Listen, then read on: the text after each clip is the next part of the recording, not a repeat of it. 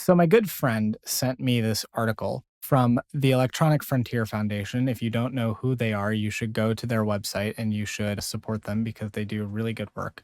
This is the most terrifying sentence I'm ever going to say out loud. Cops running DNA manufactured faces through face recognition is a tornado of bad ideas. In keeping with law enforcement's grand tradition of taking antiquated, invasive, and oppressive technologies, making them digital, and then calling it innovation, police in the US recently combined two existing dystopian technologies in a brand new way to violate civil liberties. God, who wrote that, by the way? Paige Collings and Matthew Gariglia? Banger fucking writers. A police force in California recently employed the new practice of taking a DNA sample from a crime scene, running this through a service provided by US company Parabon Nanolabs that guesses what the perpetrator's face looked like, and plugging this rendered image into a face recognition software to build a suspect list. Parts of this process aren't entirely new. On more than one occasion, police forces have been found to have fed images of celebrities into face recognition software to generate suspect lists. In one case from 2017, the New York Police Department decided its suspect looked like Woody Harrelson and ran the actor's image through the software to generate hits. Further, software provided by U.S. company Vigilant Solutions enables law enforcement to create, quote, a proxy image from a sketch artist or an artist rendering to enhance images of potential suspects so that face recognition software can match these more accurately. This is terrifying. All of this so far is terrifying. This is like we talked earlier about COSA and like how it's literally like 1984. Like this is fucking 1984 shit. Since 2014, law enforcement have also sought the assistance of Parabon Nanolabs, a company that alleges it can create an image of a suspect's face from their DNA. Parabon Nanolabs claim to have built the system by training machine learning models on the DNA of thousands of volunteers with 3D scans of their faces. It is currently the only company offering phenotyping and only in concert with a forensic genetic genealogy investigation. The process is yet to be independently audited, and scientists have affirmed that predicting face shapes, particularly from DNA samples, is not possible, but this has not stopped law enforcement officers from seeking to use it or from running these fabricated images through face recognition software. No, it is police state shit, Zoomy dear. It is absolutely police state shit. Simply put, police are using DNA to create a hypothetical and not all accurate face, then using that face as a clue on which to base investigations into crimes.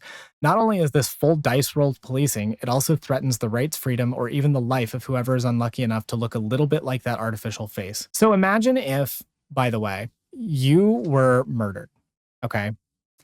And the real perpetrator gets away, but your best friend kind of looks a little bit like the suspect. And then like the police talk to some guy and he's like, yeah, the guy kind of looked like the victim's like best friend a little bit, like just kind of. And we like make a sketch and then the sketch doesn't look at all like you, but like there's like, I don't know, like one feature, like you have the same eye color, or like maybe your nose is a similar shape. And then the police go to some guy, some fucking tech bro, and is like, hey, can you ask ChatGPT to make a AI generated photo of this person and we're going to run it through facial recognition software? Do you feel like you would be getting justice? Because I don't, but it gets worse. In 2020, a detective from East Bay Regional Park District Police Department in California asked to have a rendered image from Parabon Nanolabs run through face recognition software.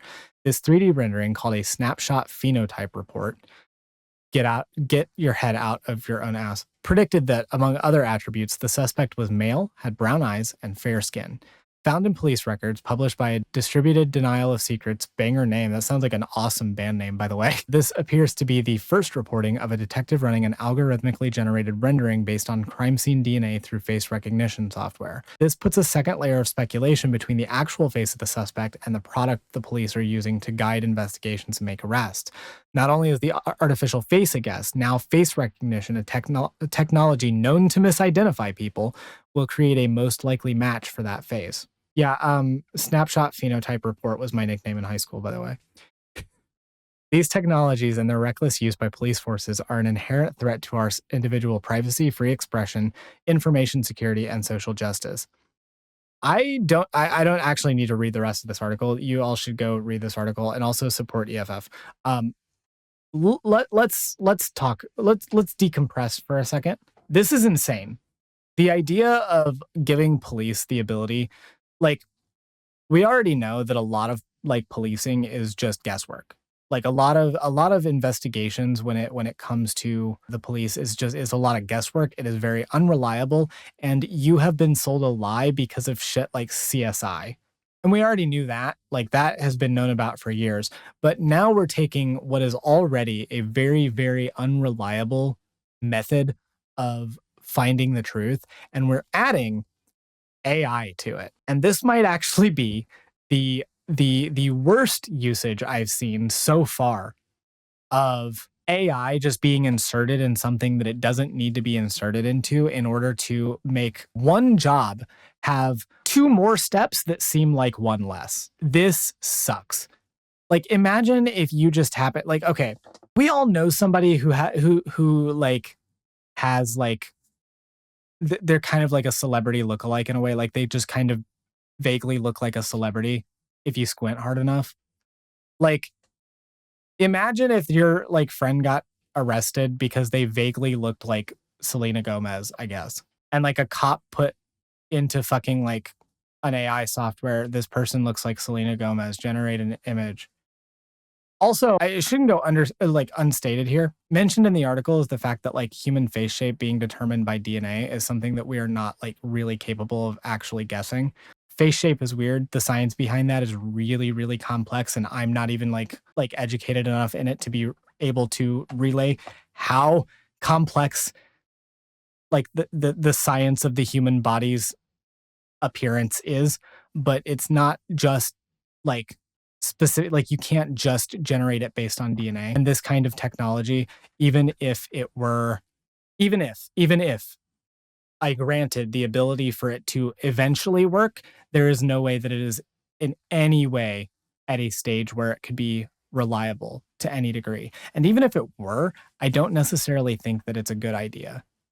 Like the margin of error is going to be so high that I don't feel comfortable giving the police the ability to just use fucking chat GPT to decide to arrest me. They might as well be asking a magic 8 ball, did this person do it? Yeah, and like literal Laura said, the DNA is only a recipe, right? So take for instance, like the article mentioned a very specific thing. Like what if your suspect ends up being like trans or something? Like it's just gonna be generating like a report based on like specific DNA, right?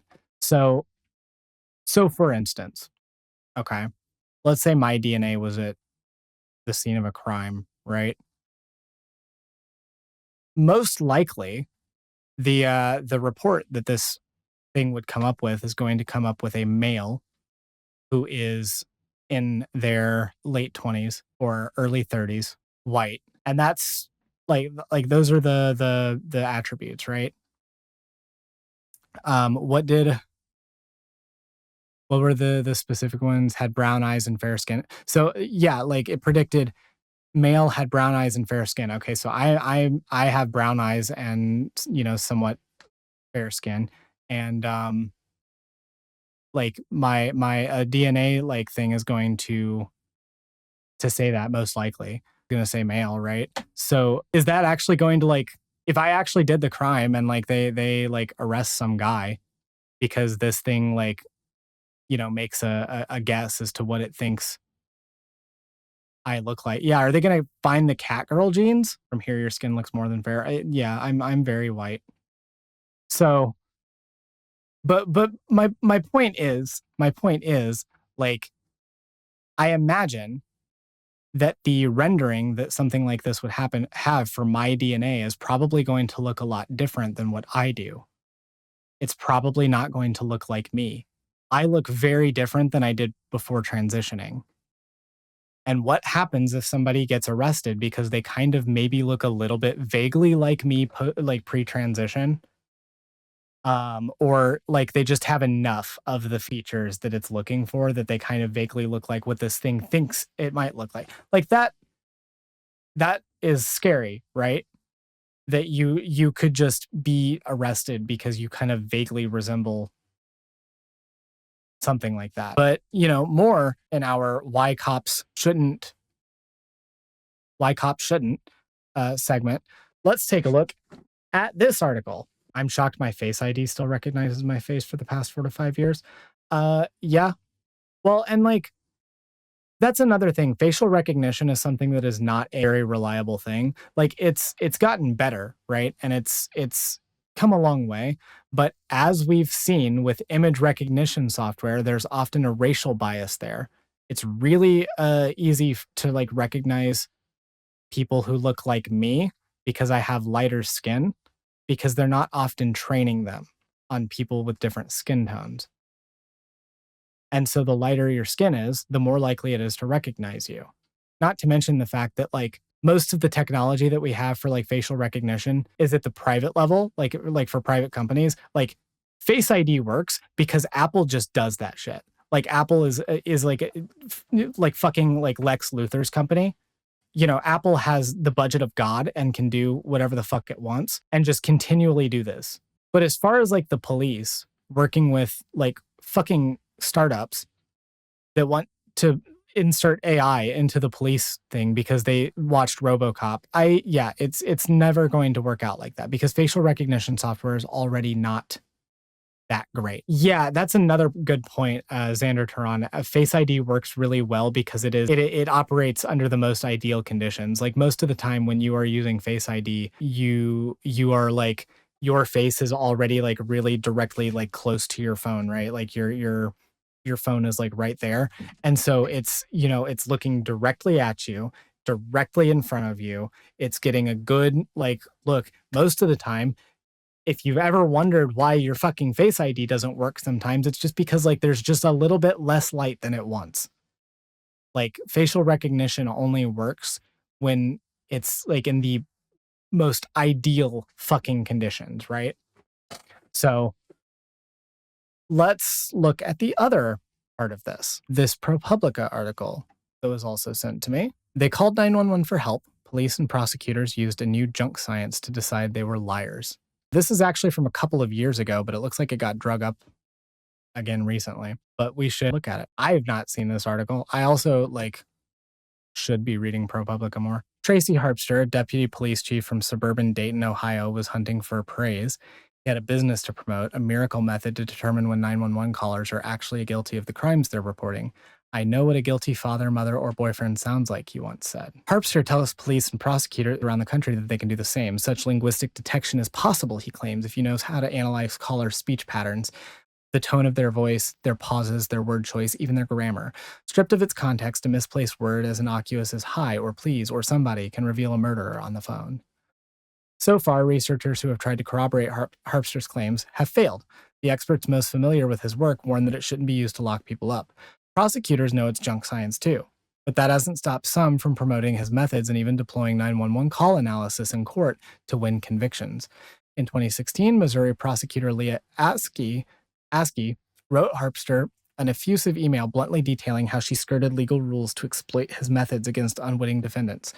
Of course, this line of research is not recognized as a science in our state, Askey wrote, explaining that she had sidestepped hearings that would have been required to assess the method's legitimacy. She said she disguised 911 call analysis in court by getting creative without calling it science. I was confident that if a jury could hear this information and this research, she added, they would be as convinced as I was of the defendant's guilt. This is a very long article. We're not going to read the whole thing. Essentially, junk science in the justice system is nothing new, but unvarnished correspondence about how prosecutors wield it is hard to come by. It can be next to impossible to see how law enforcement, in league with paid self-styled experts, spreads new, often unproven methods. The system is at its most opaque when prosecutors know evidence is unfit for court, but choose to game the rules, hoping judges and juries will believe it and vote to convict. So we are going to just kind of unpack this a little bit. I don't want to read the whole article. It is very long. It is a good article. You should read it. I think the tweet that was here had like a couple of specific things in here. After he left the FBI Academy that winter, Harpster enrolled at the University of Cincinnati to pursue a graduate degree in criminal justice. For his master's thesis, he collected 100 recordings of 911 calls. Half the callers had been found guilty of something and the other half hadn't. Harpster believed he could analyze these calls for clues. In his thesis's acknowledgments, he said he wouldn't have started the project without Adams, who I don't know if we met yet, the best teacher I've ever had, Based on patterns he heard in the tapes, Harpster said he was able to identify certain indicators that correlated with guilt and others with innocence. For instance, huh, in response to a dispatcher's question, is an indicator of guilt in Harpster's system. So is an isolated please. He identified 20 such indicators and then counted how often they appeared in his sample of guilty calls. Like most of the experts I talked to, Salerno didn't know that Harpster's model had already been adopted by police and prosecutors. She didn't know people were being arrested and charged because of it. It is insane. We already know, by the way, psychology is weird. Psychology is weird. It's a weird field that is weaponized a lot of the time. People who think that they can analyze a person's voice and find, meaning in certain things are ignoring the kind of like chaos that surrounds us in the world. This has been a problem for a long time, by the way. We all know that lie detection tests are also junk science. We all know that a lot of analysis of like DNA and fingerprints are often also not reliable because of mishandling or because of just not getting good enough samples. A lot of the reason why people put so much trust in things like these, because prosecutors oftentimes will blame the system in order to get it used without the legitimacy being questioned, or people are just willing to lie. There's also the fact that like the media is really bad about promoting this kind of shit in ways that like I don't think a lot of people think about. I had mentioned earlier CSI. It really is the case that a lot of people think that shows like CSI, like cop shows, show a legitimate, like actual fucking police investigation to the point that they think that like the science on there is not just like fucking magic. Like, has anyone ever watched an episode of one of those shows and realized that most of what they're showing in there, if it can happen and half of it can't, takes like months and they're showing it in like the span of 5 minutes? Oh, I watched a lot of CSI too, literal Laura. I've watched, I think, almost every episode of OG CSI and NCIS up until like 2015. CSI was dope, Poppy, but it was also like really harmful to the way that we perceive the justice system, and particularly the way that we think that like the justice system is magic at fucking finding people guilty of things. Because the fact of the matter is that like the kind of science that we use in order to find people guilty in the criminal justice system, it doesn't work. It also made criminals better. That's true. Still a cab, but I found them. Oh, like a lot of cop shows are really fun. Do you know what my favorite show of recent is? Agents of Shield, which is basically just a cop show but set in Marvel. And like I find cop shows like comforting because there's like the formulaic aspect of them is really like it's like a comfort show. It's like it's easy to follow along. It's why propaganda works. It's why cop shows work the way that they do, because they are very easy to follow. The characters are often sort of self-inserts in a way, and also like they put you in this position where you get to be like the investigator, which feels good. Yeah, Ghost. The whole DNA evidence thing is like DNA evidence is always shown in those shows as like being a smoking gun. Most of the time it's not. Like it's very, very unreliable. And that's because there are a lot of factors into how you can get DNA samples. And a lot of times it's not even, you can't even get a full DNA sample. And so then it's not going to be reliable. Like you're not going to get a good result if you get any result.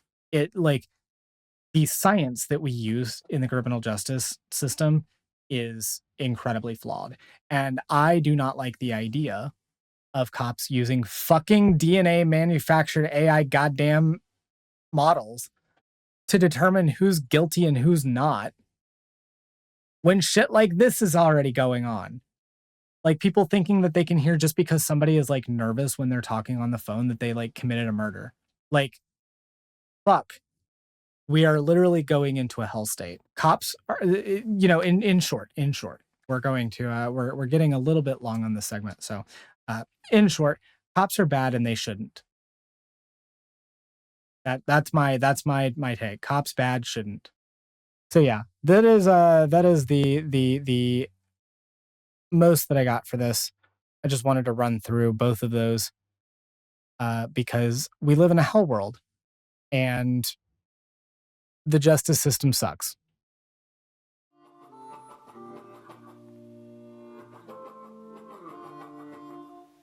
Thanks so much for watching. If you like this video, make sure to leave a like, a comment, and subscribe. And if you'd like to support the channel further, you can become a channel member by clicking the join button, leave a super chat or a super thanks. You can become a patron at patreon.com/SaigeAlexis, or you could donate to my Ko-fi. The link for that will be in the description below.